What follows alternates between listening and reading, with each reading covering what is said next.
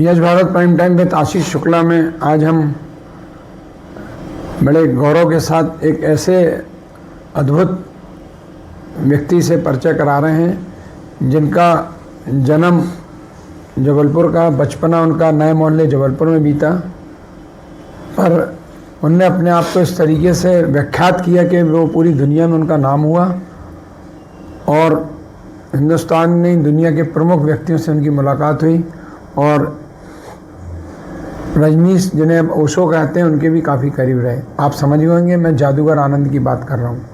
जादूगर आनंद जी के आज 3 जनवरी 1952 में जन्म हुआ था। आज 72 वर्ष के पूरे हो रहे हैं। 26,280 दिन अपने जीवन के जादूगर आनंद जी ने व्यतीत किए हैं। तो पहला मेरा एक आपसे सवाल है कि 26,280 दिन आपने दुनिया में आए हुए हो गए, सो तो इससे ज़्यादा कर चुके होंगे आप। हाँ, क्योंकि दिन तो एक होता है लेकिन एक दिन में शो बहुत होते हैं। जी जी जी। 3 शो होते हैं, कभी 4 शो होते हैं, कभी 5-5 शो भी हो जाते हैं। तो हम लोग करीब 38,000 शो क्रॉस कर चुके हैं। ये उपलब्धि है जबलपुर के लिए, आपके लिए तो है, जबलपुर के लिए भी है। नहीं, वो तो हुआ, लेकिन मेरा ये कहना है कि मैं अपनी झोंक में करता हूँ जो करता हूँ जी। उसके पीछे ये नहीं रहता कि मुझे ये पाना है, ये करना है, या वो करना है, वो साबित करना है। जी। मुझे अच्छा लगता है। आपके पिता नाड़ीविज्ञ विशेषज्ञ थे, अंबिका प्रसाद अवस्थी, जबलपुर के बहुत प्रतिष्ठित नाड़ीविज्ञ विशेषज्ञ कहा जाता रहा। जी। तो आप उस दुनिया में बचपन से देखा होगा नाड़ियों का, तो नाड़ियों में जादू कहाँ से आ गया? हाँ, मैं भी सोचता था, पिताजी भी चाहते थे कि मैंने हेल्थ केयर उसमें रहूं, लेकिन बचपन से ही मुझे 5 साल की उम्र से करीब मदारियों को देख के मुझे अद्भुत लगता था। ऐसा लगता था कि मैं उस समय जबलपुर में मोहल्ले में मदारी आते थे। हाँ, मैं यही करूँगा और मैं बहुत अच्छे से कर सकता हूँ, ऐसा मुझे लगता था। अब बच्चे तो बच्चे रहते हैं, कभी ये सोचते हैं, कभी वो, लेकिन मेरे साथ ऐसा कभी नहीं हुआ। जी। वो जो 5 साल की उम्र में मैंने सोचा था जादूगर बनूंगा, मुझे कभी उसमें कोई भटकाव नहीं लगा। परंतु का कोई कालम नहीं। ना। तो मेरा सब कुछ मैंने उसी ट्रैक पे किया जो मुझे प्रोफेशनली मैजिशियन बनाना था। जैसे अजीब सी बात है, आप सुनोगे तो मजा आएगा। 9th मैंने किया था मैथ्स में। किस स्कूल में पढ़ते थे? APN में। APN नर्मदा। और 10th मैंने किया था बायोलॉजी में। 9वीं का में? 9वीं मैथ्स में। अच्छा। 10th बायोलॉजी में। 11th मैंने आर्ट्स में किया। ग्रेजुएशन मैंने कॉमर्स में किया। अरे वाह। पोस्ट ग्रेजुएशन मैंने लिटरेचर में किया।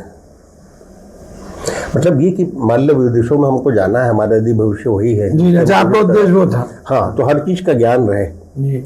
और भाषा अंग्रेजी का ज्ञान तो होना ही चाहिए विदेश आप जा रहे हैं तो उसकी प्लानिंग मेरी बचपन से एकदम स्मूथ रही। और आप समझ सकते हैं कि मैं एक ही लड़का था परिवार का। तो पिता को कब पता चला कि आप जादू की तरफ जा रहे हैं? एक बार स्कूल में मैंने कुछ प्रदर्शन दिखाए थे, उसमें मैं कांच बल्ब तोड़ के खा गया था, highly concentrated nitric acid P गया था। तो स्कूल में तो मैं ब्लू आइड बॉय बन गया, सबने बहुत शाबाशी दी।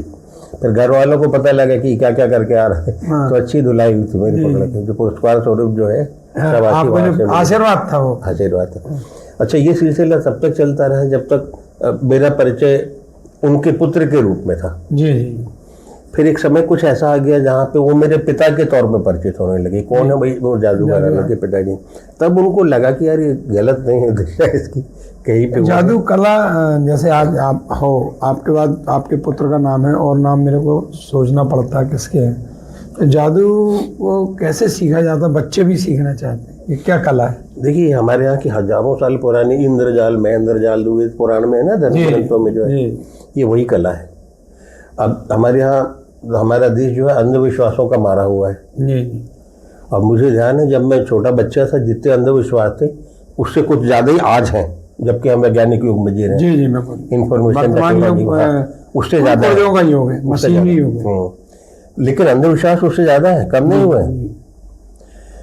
तो हम लोगों का देखिए क्या होता है कि मैं थोड़ा सा इस सवाल को डिटेल में जाऊंगा ताकि आप समझ सकें कि लोग जो त्याग तपस्या कर रहे हैं उसकी धारणा क्या है। जो हमारी कला के साधक हैं, जैसे मदारी लोग हैं जो पेड़ वेड़ के नीचे पड़े रहते हैं, खाने का नहीं रहता है, कपड़े फटे हुए पहनते हैं। आप कल्पना करिए वो जो चमत्कार वहाँ दिखा रहे हैं, यदि वो समाज में प्रवाहित कर दें उसको, या बैंक में चले जाएं, जी, तो क्या नहीं पूरी व्यवस्था नहीं गड़बड़ा जाएगी। लेकिन उसका जीवन तो अच्छा हो जाएगा ना। लेकिन वो नहीं करता है। मतलब भुखमंगे और गरीबी में और पेड़ के नीचे पड़े रहना मंजूर है, लेकिन उसकी अंतरात्मा स्वीकार नहीं करती कि हम समाज के अहित में कोई काम करें, है ना। वही मदारी गेरुए कपड़े पहन के साधु महात्मा बन के चमत्कार दिखा सकता है, दुनिया उसके कदमों पर लेटेगी। आप देखते हैं ना, फिल्म भी आई थी जादूगर। नहीं आई थी ना, वो तो ठीक है, उसमें मेरा ही वो था पूरा जो वो था उसके मुंह को जो दिया हुआ था, लेकिन नहीं करते हैं। यानी कितनी तपस्या की बात है। देखो आप, किसको बुरा लगता है जीवन में सुख साधन समृद्धि, लेकिन वो अपनी उनकी अंतरात्मा उनको वो नहीं करते, अलाउ नहीं करते। इसलिए जो भी स्ट्रगल उनके अपने हैं वो करते रहते हैं। कुछ एक ऐसे नालायक निकल जाते हैं जो गेरुए कपड़े पहन के चमत्कार दिखाने लगते हैं, फिर भगवान यानी वो डिवाइन मिरेकल हर समाज में अच्छा बुरा दोनों है। लेकिन हमारे उसमें जो बहुत ही कम लोग हैं, मान लीजिए उनकी संख्या बढ़ा दी जाए तो सारी व्यवस्था नष्ट हो जाएगी। भाई कहीं आप जाके अभी किसी को जाके दुकान में हिप्नोटाइज कर दो, आपको निकाल के सारे पैसे होता है। हाँ होते हैं, ये होता है। वो तो विज्ञान है। आजकल वो मेडिकल हिप्नोसिस बोल के पूरा सब्जेक्ट फ्लोरिश हुआ है, विदेशों में मेडिकल कॉलेजेस में पढ़ाया जाता है।